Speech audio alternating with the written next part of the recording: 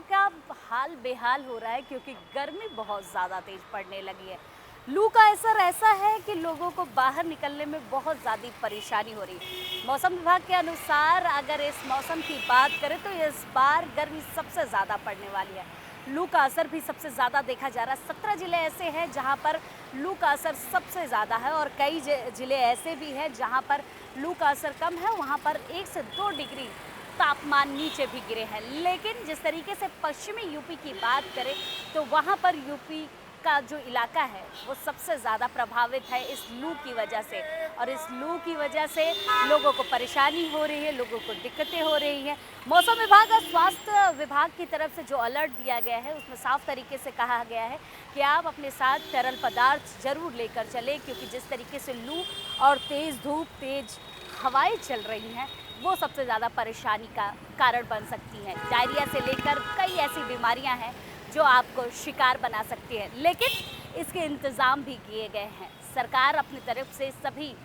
स्वास्थ्य विभाग की सभी हॉस्पिटल्स में कई कोल्ड स्टोरेज बनाकर रखा गया है, जहां पर अगर किसी को डायरिया या लू लगने की वजह से कोई भी दिक्कत होती है तो उनको तुरंत ओआरएस के घोल के इंतज़ाम किए गए हैं, और साथ ही साथ सभी दवाइयों के इंतज़ाम किए गए हैं कि उनको दवाइयाँ मिल सके। उसके साथ ही साथ शहर के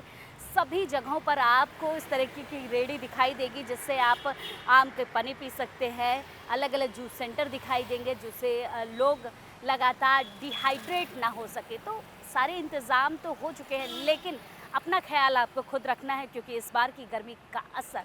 बहुत ज़्यादा है और इसकी वजह से लोगों को जो दिक्कतें परेशानी हो रही है